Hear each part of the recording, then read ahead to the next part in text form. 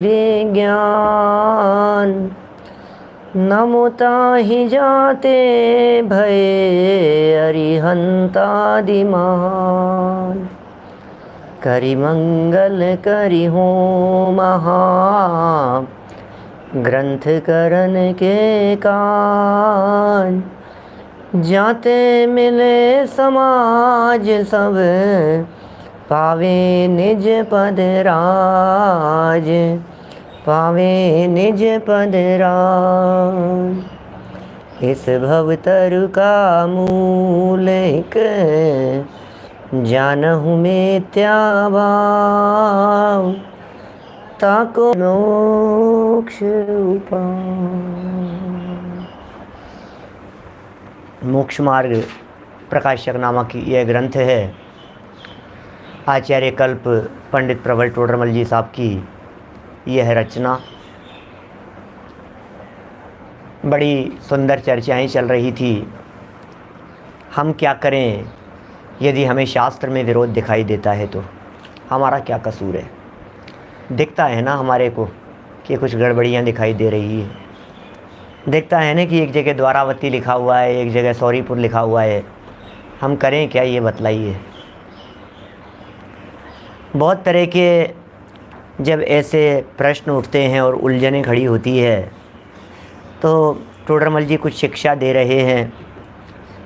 कल जो शिक्षाएं दी थी उसमें तो ये कहा था विधि मिलाने का प्रयत्न करो, कहे अनुसार मत चलो और विरोध को विरोध मत समझो।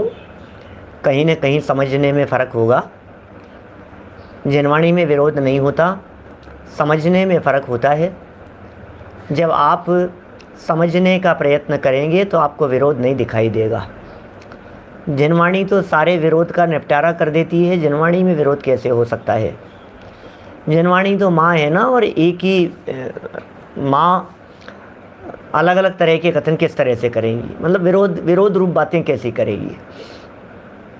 बहुत तरह से इन सब बातों को बतलाया था और कुछ एग्जाम्पल दे करके पंडित जी साहब ने उस विरोध को शमन करने की भी बात कही थी कि देखिए किस प्रकार से ये विरोध शमन होता हुआ दिखाई देता है। ऐसा करते हैं तो इस तरह से विरोध नहीं होता, ऐसा करते हैं तो इस तरह से विरोध नहीं होता।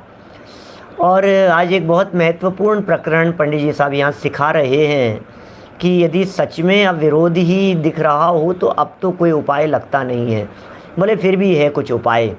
देखिए पेज नंबर है मोक्ष मार्ग प्रकाशक में 302 नंबर, गुजराती में है 314 नंबर।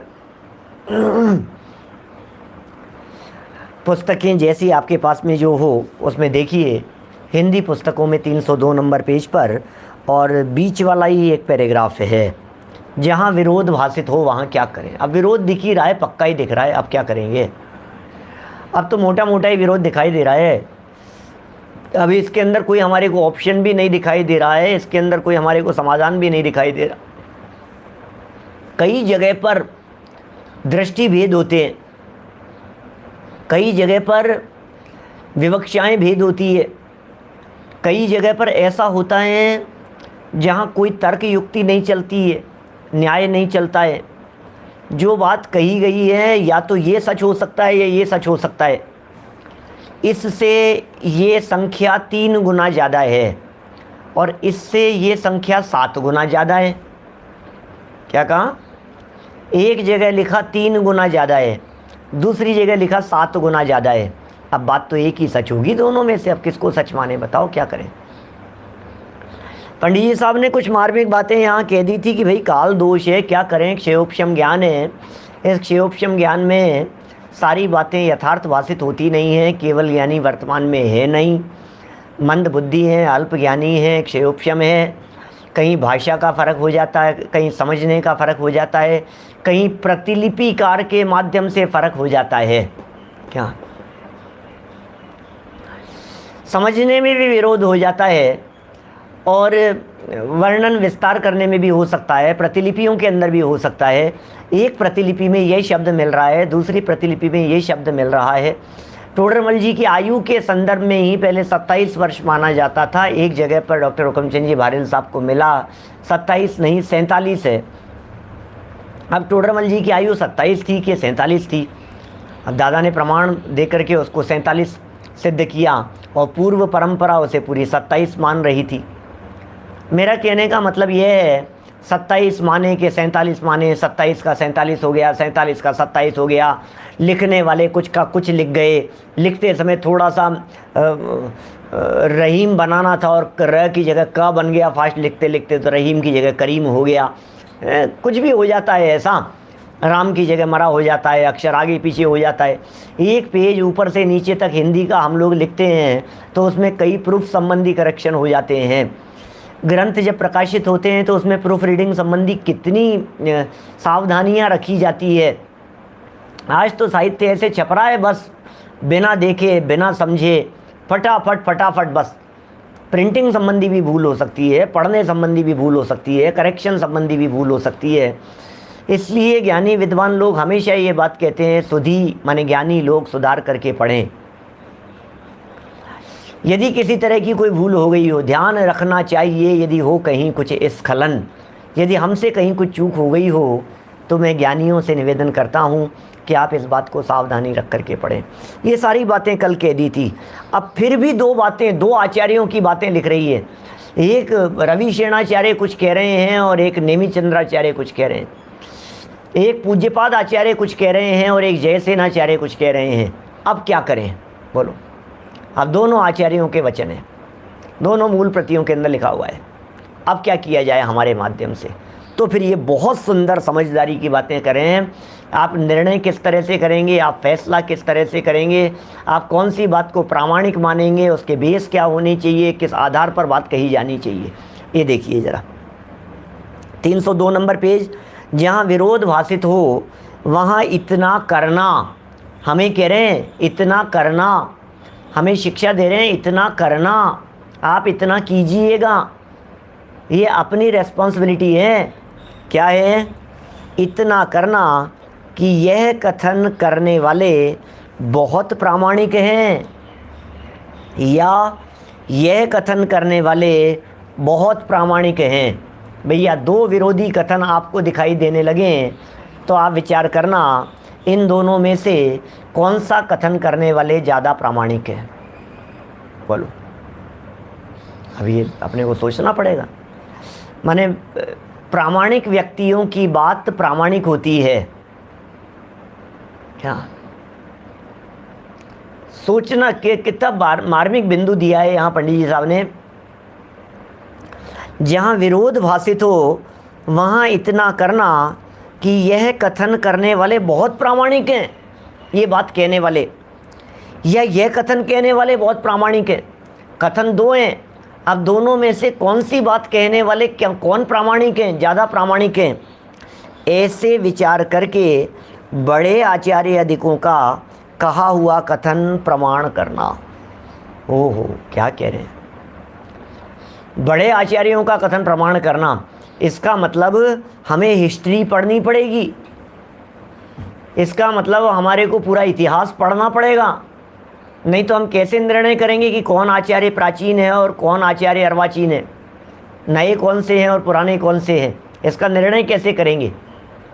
इसका मतलब मेरा कहने का अभिप्राय यह है गंगवाल साहब, मैं ये कहना चाहता हूँ कि आप बातों को सिर्फ शास्त्र जो लिखा है ये नहीं पढ़ें, आप जैन इतिहास भी पढ़ें। आप ये बातें भी पढ़ें कि कौन से आचार्य कब हुए थे। आप ये बातें भी पढ़ें कि कौन सा ग्रंथ कौन से आचार्य का लिखा हुआ है, बहुत ज़रूरी है। प्राचीन माने होता है पुराना और अर्वाचीन मतलब होता है नया। पूज्यपाद आचार्य कब हुए थे? जयसेनाचार्य पुराने हैं कि पूज्यपाद आचार्य पुराने हैं? पूज्यपाद पुराने हैं कि नेमिचंद्राचार्य पुराने हैं? नेमिचंद्र सिद्धांत चक्रवर्ती पुराने हैं कि वीर सेनाचार्य पुराने हैं? पुष्पदंत पुराने हैं कि धरसेनाचार्य योगेंदु देव ज़्यादा पुराने हैं? आप निर्णय कीजिएगा। सारे वीतरागी संत सब प्रामाणिक हैं हमारे लिए, तो वीतरागी संत हैं। लेकिन फिर भी जब कभी ऐसा मुद्दा उठ जाए किसी प्रकरण के बारे में, तो फिर उनकी प्रामाणिकता के संदर्भ में आपको देखना पड़ेगा कौन ज़्यादा पुराने हैं, एक चीज़। फिर अकेली प्राचीनता ही प्रामाणिकता का आधार नहीं होती। दूसरा पॉइंट क्या, जो ज़्यादा पुराना है वो ज़्यादा सही, ऐसा नहीं होता है। ज़्यादा पुराना ज़्यादा सही यदि समझेंगे तो मारीची के द्वारा चलाई गई मान्यताएं भी आपको कोड़ा कोड़ी सागर पुरानी दिख जाएंगी। फिर आप कहेंगे कि ये तो कोड़ा कोड़ी सागर से चल रही है। नहीं भाई, उनमें से प्रामाणिक वक्ता कौन है, उनमें से प्रामाणिक आचार्य कौन है? ये आचार्य तो प्रामाणिक नहीं है, इनकी तुलना में तो ये ज़्यादा प्रामाणिक है। ये इस परंपरा के समर्थक रहे, इन्होंने वीतरागता का पोषण किया है, इन्होंने सरागता का भी पोषण कर दिया है। इनका तो वक्तव्य के अंदर कहीं ना कहीं स्खलन दिखाई देता है। बोलो, ये धवला का प्रमाण है, ये वीर सेनाचार्य ने लिखा है, ये धरसेनाचार्य के द्वारा निर्देशित है। नहीं नहीं, कुंदकुंदाचार्य कह रहे हैं भाई साहब।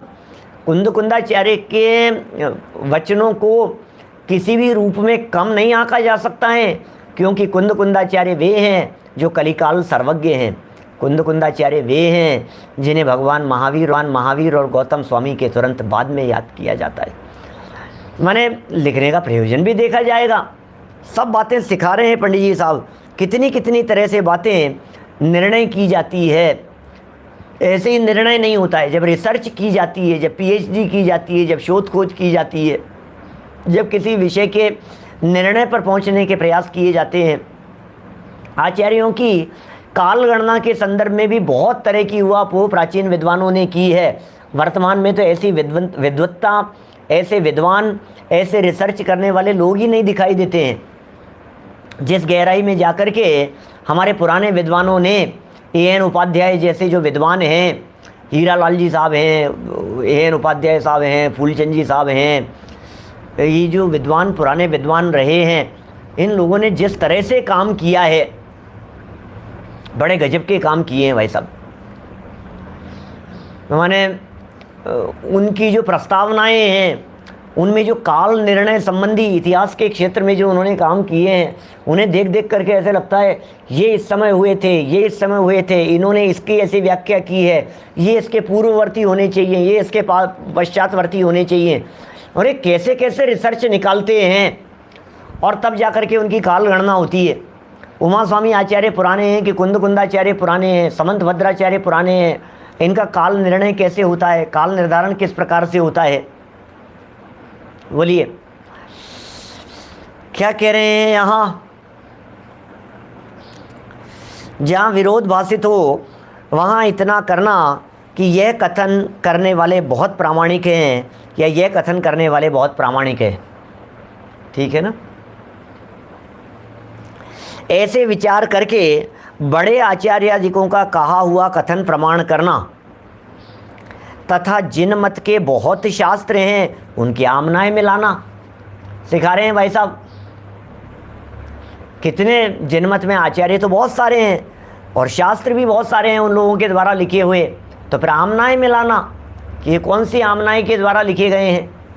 क्या माने ये जो आमनाएं हैं ये दिगंबर आमनाय के हैं या श्वेतांबर आमनाय के हैं? हरिभद्र सूरी, हेमचंद्र सूरी न्याय शास्त्र के प्रकांड विद्वान आचार्य हुए हैं, श्वेतांबर परंपरा के आचार्य हैं। आमनाय मिलाना उनकी, ये 20 पंथ आमनाय के आचार्य हैं, ये 13 पंथ आमनाय के आचार्य हैं। ये कौन से संघ वाले हैं? ये मूल संघ के हैं, ये यापनीय संघ के हैं, ये संघ के हैं, ये काष्ठा संघ में हुए हैं, वो संघ मिलाना।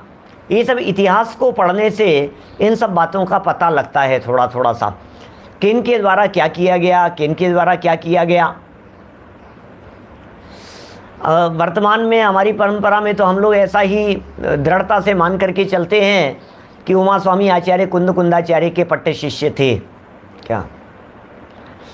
लेकिन फिर भी मेरा कहने का मतलब है इन बातों के बारे में भी जानकारी होनी चाहिए। इन बातों को नेगलेक्ट नहीं किया जा सकता है जब कहीं प्रामाणिकता का प्रश्न खड़ा हो जाता है क्या।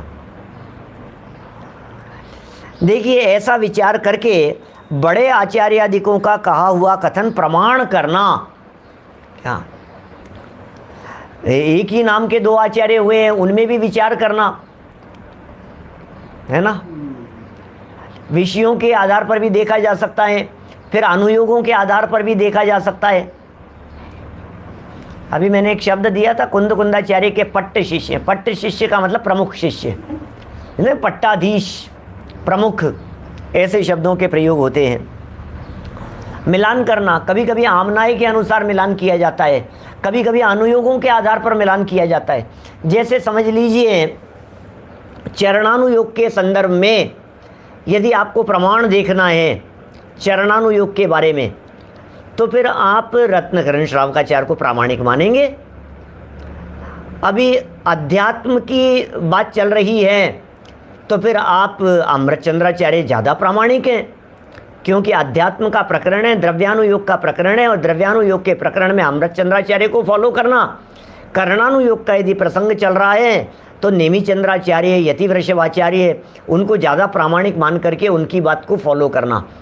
माने एक तरफ कुंदकुंदाचार्य लिख रहे हैं, एक तरफ ब्रह्मदेव सूरी लिख रहे हैं, या आचार्य नेमिचंद्र सिद्धांति देव लिख रहे हैं, दूसरी तरफ यतिवृषभाचार्य देव लिख रहे हैं। प्रकरण चल रहा है करणानुयोग का, तो बोले करणानुयोग का प्रकरण है, इन आचार्य को फॉलो करना, ये करणानुयोग के विशेष आचार्य थे। ये करणानुयोग के बारे में इन्होंने कलम नहीं चलाई है, इन्होंने तो प्रथमानुयोग ज़्यादा लिखा है, इन्होंने तो चरणानुयोग ज़्यादा लिखा है। इसलिए चरणानुयोग के ग्रंथों में यदि कहीं कोई करणानुयोग की कोई बात आ गई हो तो उसे प्रामाणिक नहीं माना जाता इतना ज़्यादा। हाँ, यदि वो परंपरा से मिल रही है तब तो प्रामाणिक है, और परंपरा से यदि कदाचित नहीं मिल रही है तो आपको जो उसके ऑथेंटिक हैं उनसे उस चीज़ को प्रामाणिक माननी चाहिए। यहाँ भी देखा जाता है ना, करणानुयोग के विषय के संदर्भ में मान लीजिए कोई विशेष विद्वान हैं, बोले ये ज़्यादा प्रामाणिक है, ये कह रहे हैं, इन बात को ज़्यादा प्रामाणिक मानना। जैसे चरणानुयोग का प्रकरण चल रहा है तो कल्पना बहन जो बात कह रही हैं वो ज़्यादा प्रामाणिक मानना भैया, क्योंकि वो चरणानुयोग विशेष रूप से फॉलो भी करती हैं, जानती भी हैं, तो आप उनको ज़्यादा फॉलो कीजिए, आप उनको मानिए।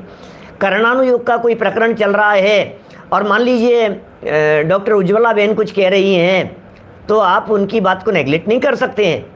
दिनेश भाई उज्ज्वला बहन यदि कुछ बात कह रहे हैं तो इसका मतलब करणानुयोग के संदर्भ में उनकी बात प्रामाणिक है भैया। दूसरा व्यक्ति कुछ कह रहा है और वो कुछ कह रहे हैं तो उनकी बात ज़्यादा वजनदार है। मैं वर्तमान की बात कर रहा हूँ। इसी तरह से न्याय शास्त्रों की चर्चा चल रही है, मान लीजिए न्याय के संदर्भ में कोई प्रकरण उठ गया है, तो अपने हेमचंद जी साहब हैं, मान लीजिए ब्रह्मचारी हेमचंद जी साहब, अब वो जो बात कह रहे हैं वो ज़्यादा वजनदार है। इसी तरह से लौकिक में भी डॉक्टर के संबंध में ऐसा ही होता है, हर फील्ड में ऐसा ही होता है, वकीलों के संदर्भ में ऐसा ही होता है, मजिस्ट्रेट के संदर्भ में ऐसा ही होता है। लोअर कोर्ट ने जो फैसला दिया है, सेशन कोर्ट ने जो फैसला दिया है, हाई कोर्ट क्या फैसला दे रहा है, सुप्रीम कोर्ट क्या फैसला दे रहा है, किसकी बात में ज़्यादा वजन है। दो डॉक्टर यदि कोई अपनी ओपिनियन दे रहे हैं तो उसमें कौन सा डॉक्टर कौन से सब्जेक्ट का स्पेशलिस्ट है उसकी बात ज़्यादा वजनदार होगी। हार्ट स्पेशलिस्ट डॉक्टर हैं तो हार्ट से रिलेटेड कोई मैटर है तो आँखों के डॉक्टर का ओपिनियन और हार्ट के डॉक्टर के ओपिनियन में से किसकी बात ज़्यादा प्रामाणिक मानी जाएगी, ये विचार करने पड़ते हैं सारी बातें। नहीं साहब दोनों डॉक्टर हैं, साहब दोनों डॉक्टर हैं, अरे ये आँखों का डॉक्टर है, ये हार्ट का डॉक्टर है, तेरे को प्रॉब्लम हार्ट के बारे में है तो हार्ट का डॉक्टर ज़्यादा प्रामाणिक है ना इस बारे में। अब आप कहो नहीं हार्ट के डॉक्टर तो बहुत बड़े होते हैं, प्रॉब्लम आंख में जलन की हो रही है तो आंखों के डॉक्टर की मानना वो उस समय में वो ज़्यादा प्रामाणिक हो जाता है। ये टोडरमल जी क्या सिखाते हैं, बोलो कितना आर्ट ऑफ लिविंग सिखा रहे हैं, क्या जीवन कैसे जीना चाहिए, किस समय में किस बात को कहाँ कैसा प्रामाणिक मानना चाहिए, ये सिखा रहे हैं। और हम लोग फॉलो करते हैं अपनी day to day routine life के अंदर भी इस तरह की बातों को। रोज़मर्रा की ज़िंदगी में हम इन बातों को इसी तरह से प्रामाणिक मानते हैं। सीनियरिटी भी देखी जाती है, प्रामाणिकता भी देखी जाती है, विशेषज्ञपना भी देखा जाता है, उनका योगदान भी देखा जाता है, उनका समर्पण भी देखा जाता है, उन्होंने कितना गहराई से किन विषयों का अध्ययन किया है, ये सब बातें भी देखी जाती है। क्या सिखा रहे हैं यहाँ पर, विरोध भाषित हो रहा है साहब हमारे गुजारे, विरोध भाषित हो रहा है तो तेरी बुद्धि लगा। हमने एक दिन कही थी आप मजिस्ट्रेट जैसे हैं, आपका पद ऊंचा है, निर्णय आपको करना है, दो बातें सामने दो वक्ता कह रहे हैं, आप क्या करेंगे। क्या अध्यात्म का प्रकरण चल रहा है तो किसको फॉलो करना, प्रथमानुयोग का प्रकरण चल रहा है, तो किस बात को, कौन से आचार्य को प्रामाणिक मानना, ये सब सोचना पड़ेगा। चलिए, कितनी तरह से बातें कह दी है यहाँ। देखो देखो, फटाफट पढ़ते हैं। और आगे तीसरी लाइन इसी पैराग्राफ की, अनुभव से भी प्रामाणिकता का संबंध होता है, एक्सपीरियंस भी देखा जाता है, तथा जिन मत के बहुत शास्त्र हैं उनकी आमनाएं मिलाना, जिन मत के बहुत शास्त्र हैं उनकी आमनाएं मिलाना, जो कथन परंपरा आमनाएं से मिले, आमनाएं मिला ली आपने, आमनाएं माने परंपरा। अब जो कथन परंपरा आमनाएं से मिले उस कथन को प्रमाण करना। क्या भाई, ये तो कथन नहीं, नहीं भाई साहब, ये तो मिल नहीं रही है, ये विधि नहीं मिल रही है, यहाँ ये परंपरा नहीं मिल रही है, तो ये मिल रहा है, इनको प्रमाण करना।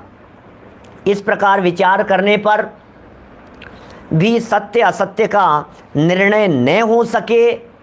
ओह, क्या करें भाई साहब, इतना विचार किया, इतना निर्णय करने का प्रयास किया, इतना विचार और निर्णय करने पर भी सत्य असत्य का निर्णय ना हो सके, तो जैसे केवली को भाषित हुए हैं वैसे प्रमाण हैं, ऐसा मान लेना। ओह, क्या करें भैया, केवली भगवान को जैसा प्रमाण है वैसा मान लेना, हम क्या करें। हमारी बुद्धि चलती नहीं है, वर्तमान में केवल ज्ञानी है नहीं, दोनों ही आचार्य प्रामाणिक हैं। भाई साहब, हम ऐसा नहीं कह सकते कि नेमिचंद्र सिद्धांत चक्रवर्ती आचार्य को थोड़ा कम मान लेवें और इनको थोड़ा सा ज़्यादा मान लेवें।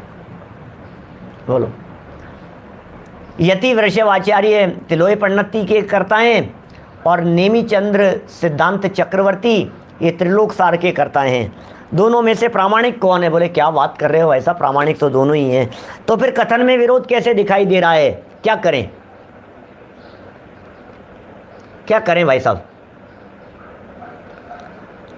सामने से एक प्रश्न दिखाई दे रहा है, आजकल इतना समय नहीं हो तो क्या करें। समय नहीं हो तो समय तो निकालना पड़ेगा आपको। इलाज तो कुछ नहीं है, आपको आत्मा का इलाज करना है तो आत्मा के लिए समय निकालना पड़ेगा। शरीर का इलाज कराना होता है तो शरीर के लिए समय निकालता ही है। इतना निर्णय करने में समय निकालता है कि नहीं। आपको यदि डॉक्टर ऑपरेशन लिख देवे तो 4 डॉक्टर्स के ओपिनियन लेता है, सोचता है, रिश्तेदारों से पूछता है, जिसने ऑपरेशन कराया हो उससे पूछता है, डॉक्टरों की सलाह लेता है, बिना ऑपरेशन के हो जाएगा क्या। बिजनेस चल रहा है, सीजन का टाइम चल रहा है, उसके बावजूद भी सब निर्णय करने का प्रयास कर। अरे भैया सीजन, बच्चों, अरे तुम संभालो यार, कोई बात नहीं। 4 दिन दुकान का शटर डाउन करना पड़े तो करता है, लेकिन शरीर के लिए पूरा गहराई से निर्णय करने का प्रयत्न करता है, बराबर निर्णय करता है। अरे यार, यहाँ जिंदगी मौत का सवाल चल रहा है, तुझे दुकानदारी लग रही है, छोड़ दुकानदारी, बंद कर इसको। बिजनेस बंद होए तो हो जावे, ख़त्म होए तो हो जावे, ग्राहक टूट जाए तो टूट जाए, काम नहीं होवे तो नहीं हो पाए, कोई बात नहीं। यहाँ तो मौत, यहाँ ऑक्सीजन लेवल कम हो गया है, क्या करूँ मैं। ये डॉक्टर कह रहे हैं ऐसा करो, ये कह रहे हैं एडमिट करा दो, ये कह रहे हैं वहाँ करा दो, ये कह रहे हैं घर में ही सिलेंडर लगा लो, ये कह रहे हैं इस हॉस्पिटल के अंदर एडमिट हो जाओ, ये कह रहे हैं इसमें हो जाओ। करूँ क्या मैं? कौन निर्णय करेगा? नहीं नहीं, समय मत लगाओ निर्णय में। अरे क्या बात कर रहे हो भाई साहब, आपका गलत निर्णय आपको कहाँ पहुँचा देगा आपको अंदाजा भी नहीं है। एक समय का गलत निर्णय और पूरी लाइफ खराब हो जाती है, पूरी ज़िंदगी खराब हो जाती है, ज़िंदगी से हाथ धो बैठता है व्यक्ति। एक समय का गलत निर्णय, शारीरिक स्थिति की बात कर रहा हूँ। इसी तरह से वस्तु स्वरूप और आत्म तत्व के निर्णय के संदर्भ में थोड़ा सा गलत निर्णय और थोड़ा सा गलत फैसला अनंत काल का संसार बढ़ा देता है। बोलो, अनंत संसार बढ़ जाएगा थोड़ी सी असावधानी के कारण। इसलिए सावधानी मस्ट। नहीं भैया, सावधानी जरूरी है। मैं कहता हूँ ऑपरेशन तो बहुत बड़ी चीज़ हो गई, उसके लिए तो आप ज़रूर समय निकालते ही हैं। आपको एक गाड़ी खरीदनी हो तो उसके लिए 4 शोरूम पर 4 मॉडल्स, उसका कलर, उसके डिज़ाइन, उसके रेट, कौन सी कंपनी की लेनी है, कौन सी गाड़ी लेनी है, कितना निर्णय करता है। आज आपको गाड़ी खरीदने का विचार आया और किसी भी शोरूम पर जाकर के कोई भी गाड़ी उठा करके ले आते हैं। गाड़ी तो और महंगी चीज़ हो गई, समझ लीजिए आप, लाखों रुपयों की आएगी। मोबाइल खरीदना होता है वो तो हज़ारों में आएगा ना, 70,000 का है, 80,000 का है, लाख सवा लाख तक के होंगे, 1.5 लाख तक के होंगे। अब इसमें बोले, इसमें भी कई दिन तक सोचता रहा, ये लेऊँ कि ये लेऊँ, ये लेऊँ कि ये लेऊँ। ये ले लेना चाहिए, इसके फीचर्स कैसे हैं, इसके कैसे हैं, इसकी रिपोर्ट कैसी आ रही है, इसके बारे में क्या आ रहा है, कितना सोचता है भाई। बोलो, मैं सिर्फ एग्जाम्पल दे करके आपको बात समझाने की कोशिश कर रहा हूँ। आपको ही चिंतन विचार करना पड़ेगा। आपके पास में समय नहीं है तो ये कोई समाधान नहीं है। आपके पास यदि समय नहीं है तो आप समय निकालिए। क्या आपके पास समय नहीं है तो आपको समय निकालना पड़ेगा यदि आत्म कल्याण करना चाहते हो। जो सुख चाहो परमानेंट, बात सुनो भाई 100%। क्या आपको ये बात सुननी ही पड़ेगी। फल भी नहीं खरीदते, 2 मिनट लगाता है। आम को 3 बार उठा करके देखता है, एप्पल को 2 बार घुमा करके देखता है कैसी है। क्या क्या अलौकिक के लिए टाइम नहीं है, लौकिक के लिए ही टाइम मिलता है। क्या करें, इसीलिए तो संसार में परिभ्रमण हो रहा है भाई साहब। यही तो है, अनंत संसार क्यों नहीं मिट पा रहा है, यही चक्कर है। चलिए, अब सब चीज़ें आ गई। इसके अंदर बहुत तरह की चीज़ें, बहुत तरह के उदाहरण, सब आप लोग बहुत मेरे से ज़्यादा समझदार हैं, सब उदाहरण लगा सकते हैं जैसा जैसा आपको जैसा समझ में आ रहा हो। चलिए और आगे बढ़ते हैं। अब देखिए, केवली के को जैसा कहा गया है, जैसा केवली भगवान ने कहा है ना, उस बात को प्रामाणिक मान लेना। मैं इतनी बातें मेरे दिमाग में घूम रही है परस्पर विरोधी दिखाई देने वाली। जब रिसर्च करते हैं, जब कुछ काम करते हैं, जब कोई आर्टिकल लिखने की कोशिश करते हैं, तो ऐसी ऐसी बातें आचार्यों की निकल करके आती है। ये आचार्य कुछ कह रहे हैं, ये आचार्य कुछ कह रहे हैं। क्या करें यार, बोलो। सप्तम नरक से निकला हुआ नारकी सम्यक दर्शन ले सकता है या नहीं ले सकता है, बोलो। नेमी चंद्राचार्य कह रहे हैं कदाचित ले सकता है, यतिवृषभाचार्य कह रहे हैं कि नहीं हो सकता है। क्या सम्यक तो प्राप्ति का अधिकारी है और ये कह रहे हैं कि नहीं हो सकता है। एक कह रहे हैं हो सकता है, दूसरे कहते हैं नहीं हो सकता है, नहीं ले सकता है।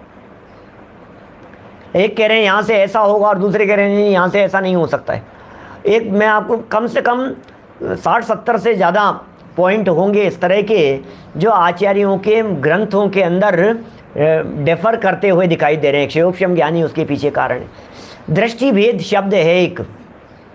विशेष जिज्ञासु लोगों, विशेष जानने वाले हमारे विद्वान लोग, जो लोग सुन रहे हैं उनके लिए विशेष कहता हूँ। जो लोग विशेष गहराई से अध्ययन करते हैं, अध्ययन करना चाहते हैं, उनके लिए कह रहा हूँ। हमारे बहुत सारे शास्त्रीय विद्यार्थी लोग भी सुन रहे हैं, हमारे विद्यार्थी लोग भी और बड़े वरिष्ठ विद्वान भी सुन रहे हैं। जैनेन्द्र सिद्धांत कोश में एक शब्द मिलेगा आपको, दृष्टि भेद। क्या कह रहा हूँ वीरेंद्र भाई? जैनेन्द्र सिद्धांत कोश में आपको एक शब्द मिलेगा, दृष्टि भेद। क्या उस दृष्टि भेद शब्द को देखें, शब्द कोश है ना वो, उस शब्द को देखें। आपको वहाँ उन्होंने जैनेन्द्र वर्णी जी साहब ने वो शब्दों को ही इस तरह का बता दिया है। क्या कि इस ये दृष्टि भेद, ये दृष्टि भेद शब्द के अंतर्गत इन आचार्य की ये दृष्टि, इन आचार्य की दृष्टि, इस ग्रंथ में ये और इस ग्रंथ में ये, ऐसे पॉइंट दिए अलग अलग बना करके। क्या बोलो, तो विचार कीजिए, देखिए, खोजिए, निकालिए, अपने उपयोग में, अपनी दृष्टि में वो दृष्टि भेद वाले पॉइंट भी रखिए। क्या सत्य असत्य का निर्णय करना पड़ेगा। और यदि ऐसे दृष्टि भेद मिल जाते हैं और दोनों ही प्रबल व्यक्ति दिखाई देते हैं, प्रामाणिक व्यक्ति दिखाई देते हैं, तो फिर सर्वज्ञ के भगवान के ऊपर छोड़ दीजिए। जैसे केवली को भाषित हुए हैं वैसे प्रमाण है, ऐसा मान लेना। क्योंकि देवादिक का वे तत्वों का निर्धार हुए बिना तो मोक्ष मार्ग होता नहीं है। ओह, देवादिक का निर्णय हुए बिना और तत्व का निर्धार हुए बिना मोक्ष मार्ग होता नहीं है। उसका तो निर्धार भी हो सकता है, किसका? देव का निर्णय हो सकता है, तत्व का निर्णय हो सकता है। इसलिए कोई उनका स्वरूप विरुद्ध कहे तो आप ही को भाषित हो जाएगा। क्या पुण्य में धर्म बतलाया गया हो, हिंसा को उपादेय बतलाया गया हो, राग भाव में धर्म मानने की बात कही गई हो। वीनू भाई, राग भाव में धर्म की बात कह दी तो तुरंत ही पकड़ में आ जाएगा। हिंसा और हिंसा के पोषक बातें, चर्चाएं कहीं कह दी गई हो तो तुरंत ही पकड़ में आ जाएगी। विकार भाव, विकार का पोषण, वीतरागता में धर्म बतलाने वाली चर्चाएं जहाँ नहीं हो, जहाँ कर्तावाद का पोषण किया गया हो, एक द्रव्य को दूसरे द्रव्य का जहाँ कर्ता अधिक बतलाया गया हो, तो तुरंत ये बातें पकड़ में आ जाती है ना। क्योंकि मोक्ष मार्ग इन बातों से अवरुद्ध होता है। बाधित होता है मोक्ष मार्ग। तथा अन्य कथन का निर्धार न हो। मान लीजिए देवांगनाओं की संख्या कितनी है, इसमें ये पहले हैं कि ये पहले हैं, समाओ शरण के अंदर बैठी हुई 12 सभाओं के अंदर क्रम कौन सा है, ये कह रहे हैं ये क्रम है, वो कह रहे हैं ये क्रम है, क्या अब क्या करें? अब बहुत बातें हो जाती है इस तरह की, क्षेयोपशम सम्यक्त्व को लेकर के, किसी के काल को लेकर के, किसी का काल निर्धारण को लेकर के, कहीं तीसरे काल को लेकर, कहीं पंचम काल को लेकर के बहुत बातें हो जाती है। तो अन्य कथन का निर्धार न हो या संशयाधिक रहें, क्या निर्धार न हो या संशयाधिक रहें या अन्यथा भी जानपना हो जाए और केवली का कहा प्रमाण है, ऐसा श्रद्धान रहे तो मोक्ष मार्ग में विघ्न नहीं है, ऐसा जानना। और गजब की बात कह दी भाई साहब, किसी प्रकरण के संबंध में बहुत बहुत मार्मिक बात कह रहा हूँ, बहुत सुंदर हेतु दिया है पंडित जी साहब, इनकी गहराई बहुत ख्याल में आ रही है। एक जगह पर आपको कहीं संशय भी हो गया, क्या राजेश अजमेरा जी साहब, एक जगह पर संशय भी हो गया, एक जगह पर गड़बड़ हो गई थोड़ी सी और गलत समझ में आ गया, वो गलत ही मान भी लिया, क्या तो कह रहे हैं तो भी कोई दिक्कत नहीं है। अरे क्या बात कर रहे हो आप, गलत पढ़ने में आ गया, गलत समझने में आ गया और गलत समझने में आकर के गलत ही मानने में आ गया, बोले तो भी कोई दिक्कत नहीं है। कब? ध्यान देना, यदि अंदर में ये पक्का श्रद्धान बैठा हुआ है कि सर्वज्ञ शासन में जो जिनेंद्र भगवान द्वारा देखी गई बात है वो परम सत्य है, सर्वज्ञता का भरोसा है, सर्वज्ञता का श्रद्धान है। मुझे गलत भी हो गया तो कोई बात नहीं, मुझे गलत ध्यान रह गया कि ये इससे इतने गुना था, मुझे गलत ध्यान रह गया कि ये फिगर, ये संख्या इस तरह की थी, क्या फ़र्क पड़ता है? कोई दिक्कत नहीं है। इनकी संख्या कितनी है कि क्या पता। अच्छे ज्योतिष देव ज़्यादा हैं कि भवनवासी ज़्यादा हैं, व्यंतरवासी ज़्यादा हैं कि ये ज़्यादा हैं? अब गलत ध्यान रह गया तो रह गया, क्या फ़र्क पड़ गया उससे? गलत ईमान भी लिया, बोले कोई बात नहीं, तो भी चिंता मत करो। लेकिन सुनो सुनो, मोक्ष मार्ग में ये तो भरोसा पक्का होना चाहिए, वीतरागी सर्वज्ञ भगवान के द्वारा कही गई बात सच्ची है। यदि इसमें ऑब्जेक्शन हो गया तो फिर समझ लो मामला गड़बड़ा गया। यदि इसमें कहीं कोई कोताही हो गई, समझ लो आप कि यार ये तो गलत है यार, ये तो क्या भगवान यार, नहीं यार भगवान सर्वज्ञ भी होते हैं क्या? अरे नहीं, क्या क्या झूठी झूठी बातें लिखी है यार, ये तो मान ही नहीं सकते। क्या आदमी चंद्रमा के ऊपर जा रहा है और कहाँ तुम्हारे शास्त्र लेकर के बैठे हैं, भगवान ही कोई गलत नहीं है, भगवान की बातें कोई पुराने ज़माने की बातें थी महावीर भगवान की, तो बेटा तू तो गया नरक में और निगोद में, फिर नहीं चलेगा काम। ये तो पक्का भरोसा करना ही पड़ेगा, वीतरागी जिनेंद्र देव के द्वारा कही गई बातें गड़बड़ नहीं हो सकती है। वीतरागियों की वाणी है, ये सर्वज्ञ भगवान की बात है, तीर्थंकरों द्वारा कही गई बातें हैं, इनमें गड़बड़ नहीं होती है। ये परम सत्य बातें हैं, ये सच्ची बातें हैं, ये यथार्थ बातें हैं। इनका निर्णय करना कि यार मुझे तो समझ में नहीं आ रही कि पृथ्वी गोल है, यहाँ तो गोल दिखाई दे रही है, भगवान कह रहे हैं कि गोल नहीं है, गेंद की तरह गोल नहीं है, समझ में नहीं आ रही यार हमारे को। तो भगवान तो ये कह रहे हैं कि धरती के ऊपर सर्वो है, इसी धरती के ऊपर सर्वज्ञ भगवान है, समो शरण लगा हुआ है। शास्त्रों में तो ये आया है और हमें तो कहीं दिख नहीं रहे हैं, सैटेलाइट से देखते हैं तो हमारे को इस धरती के ऊपर दिखाई नहीं देता है। अब यार क्या करें यार, बोलो कोई बात नहीं, हमें भले ही समझ में नहीं आ रहा हूँ ये कैसे हो सकता है? 2 सूर्य और 2 चंद्रमा कहे हैं, आज जो सूर्य यहाँ है ये सूर्य कल वहाँ चले जाएगा, नया सूर्य आएगा, ये बात कुछ गले नहीं उतर रही है। 24 घंटे इसी आर्यखंड के अंदर दिन और रात दिखाई दे रहा है, कुछ बात कहीं ना कहीं तो चक्कर है, समझ में नहीं है। कोई बात नहीं, नहीं समझ में आ रहा है तो डर क्यों रहा है? इतना तो मान, मुझे समझ में नहीं आ रहा है, मेरा ज्ञान क्षेयोपशम ज्ञान है, मैं अल्पज्ञ हूँ, मेरी बुद्धि कम है। ये तो सर्वज्ञ की वाणी है, ये तो वीतरागियों की वाणी है। क्या तो मेरी बुद्धि और उनकी बुद्धि दोनों में जमीन आसमान का अंतर है। कैलकुलेटर लेकर के बैठता हूँ, गणित के इतने विशेषज्ञ, सूत्र लगाता हूँ, फॉर्मूले लगाता हूँ, कॉपी पेन लेकर के बैठता हूँ, कैलकुलेशन करता हूँ, गणित जोड़ भाग गुणा भाग सब कुछ करता रहता हूँ, इतनी बुद्धि लगा रहा हूँ, इतने सारे मेरे पास में मटेरियल हैं, ये सब हैं, सारे इंस्ट्रूमेंट हैं, रिसर्च के लिए साधन है, गूगल है, इंटरनेट है, रिसर्च के लिए इतनी तरह की फैसिलिटी है। मैं इतना करने के बावजूद भी, और उनके पास में कुछ नहीं था, जंगल की गुफा में बैठे हुए थे और ताड़ पत्र उठा करके और वहीं कलम उठा करके और कांटे से उन्होंने लिख दिया।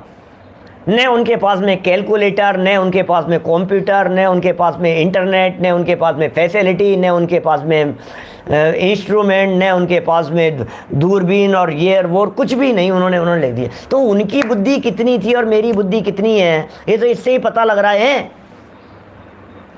दोनों की बुद्धि का तो निर्णय हो ही गया है ना कि हमारी बुद्धि, हमारा क्षयोपम ज्ञान उनके बराबर, उनकी तो उनके लेवल से देखा जाए तो जीरो है, कुछ नहीं है, ढोर है ढोर, मंद बुद्धि है। लेकिन यहाँ ये जो टोडरमल जी साहब निर्णय की बात कह रहे हैं, ये बड़े गजब की बात कह रहे हैं। जरा देखिए, अन्य कथन का निर्धार न हो और संशय आदि हो जाए, मान लीजिए, प्रयोजन भूत का तो निर्णय करना पड़ेगा, हाँ, प्रयोजन भूत का तो निर्णय करना पड़ेगा, निर्धार करना पड़ेगा, निर्णय करना पड़ेगा। और लेकिन यदि संशय आदिक हो जाए, संशय आदिक रहे और कदाचित अन्यथा भी जान पना हो जाए, लो, और केवली का कहा प्रमाण है ऐसा श्रद्धान रहे। देखना देखना वाक्य को देखना जरा, क्या गजब लिख रहे हैं पंडित जी साहब, हैं, अन्यथा भी जान पना हो जाए क्या, और केवली का कहा प्रमाण है क्या,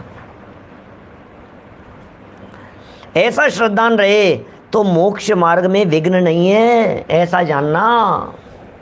प्रयोजन भूत अप्रयोजन भूत के संदर्भ में पीछे बड़ी सुंदर चर्चाएं की थी पंडित जी साहब ने, क्या, पेज नंबर 82 पर, 83, 84, इन पेजों के ऊपर बड़ी सुंदर चर्चाएं आई थी।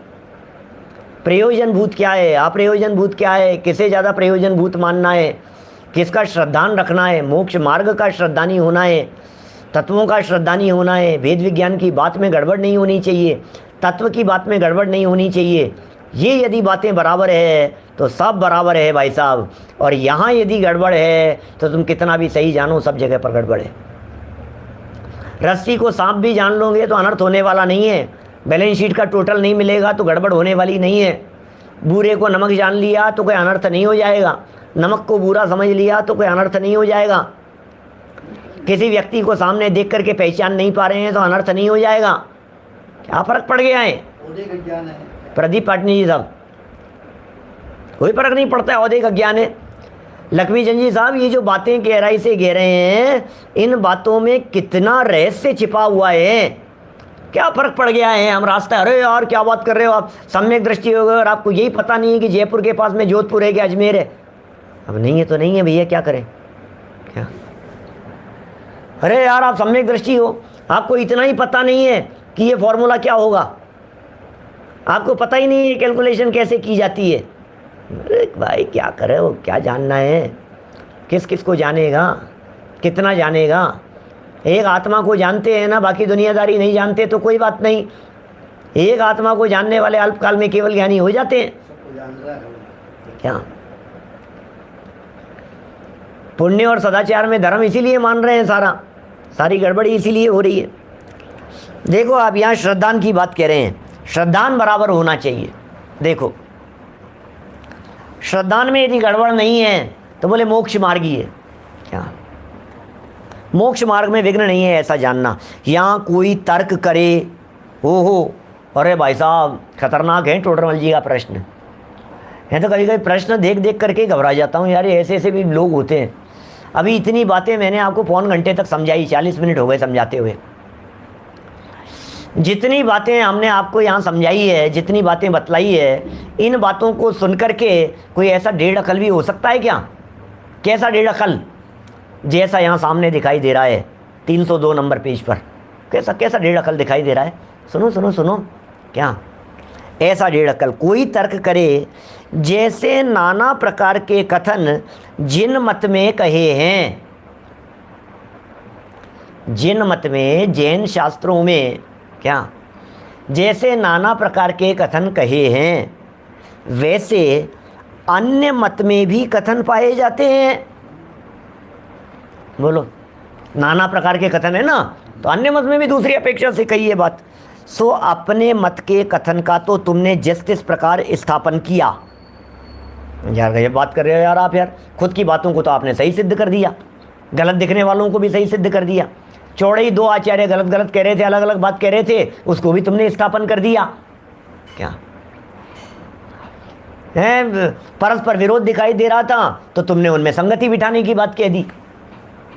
यार ये तो पार्शियलिटी करते हो यार आप, ये बात तो नहीं चलेगी भाई साहब। क्या ये भेदभाव तो नहीं चलेगा। आपके शास्त्रों के अंदर जैसे आपने बैठा लिया उसी तरह से, क्या जिस तरह से ये समझा दिया गया है उसी तरह से अन्य मत में ऐसे कथन को तुम दोष लगाते हो। यह तो तुम्हें राग द्वेष है यार। क्या बात कर रहे हो यार, क्या बात कर रहे हो आप? जिस परंपरा के हो उस बात को सच्चा मानते हो और जो दूसरी परंपरा की है उनकी बातों को झूठा मानते हो। ये बात तो नहीं चलेगी। आपने कह दिया हिंदुओं की बात ऐसी है और मुसलमानों की ऐसी है और सिख की ऐसी है और इनकी ऐसी है, ईसाइयों की ऐसी है, शर्मा जी ऐसा मानते हैं, सांख्य मतावलंबी ऐसा मानते हैं, वेदांती ऐसा मानते हैं, नैयायिक वैशेषिक ऐसा मानते हैं। उनकी बातों में तो आपने ऑब्जेक्शन खड़ा कर दिया और खुद कभी नित्य कह दो तो वो भी सच्चा और अनित्य कह दो तो वो भी सच्चा। गजब है यार। मैंने कितना अच्छा लगता है, मैंने टोडरमल जी जब ऐसे प्रश्न उठा करके सामने धरते हैं, ऐसा लगता है टोडरमल जी क्या गहराई से सोचते होंगे यार। हम एड़ी से चोटी तक का जोर लगा लेते साहब, हमारे ऐसा प्रश्न ही नहीं उठ रहा है, हमें ये बात ही समझ में नहीं आ रही है। और टोडरमल जी ऐसा प्रश्न उठा करके कह रहे हैं भाई साहब खुद की लगाते हो, गजब से आदिवादी हो गए हो यार। तुम्हारे सारे शास्त्र सच्चे, दो आचार्य आप आपस में एक दूसरे से विरोध में बात कर रहे हैं, दोनों को सच्चा कह दिया तुमने कह दिया नहीं समझ लो अपेक्षा समझ लो। वहाँ तो तुमने स्यादवाद लगा दिया, तो यहाँ स्यादवाद क्यों नहीं लगा रहे हो तुम? और लगाने लगे हैं भाई साहब आजकल लोग इस तरह के स्यादवाद। आज समाज में अब क्या कहूँ मैं, अब उन्हें विद्वान कहें कि ना कहें कि जो भी हैं, जो विशेष पद पर हैं, जिनकी विशेष प्रतिष्ठा है, ऐसे लोग भी आज दुनिया में सर्वधर्म संभाव की चर्चा करते हुए सब सच्चे हैं। ओहो, अर्थ इस प्रकार से करते हैं, तुम भी खुश और हम भी खुश। अनेकांत की इस प्रकार की व्याख्याएं करते हैं, अरे भैया सब सच्चे हैं, सब सच्चे हैं। ये अनेकांत की व्याख्याएं हो रही है। हमारा जैन धर्म कितना महान है, नमो लोए सव साहुणम, वाह वाह वाह, सव साहुणम।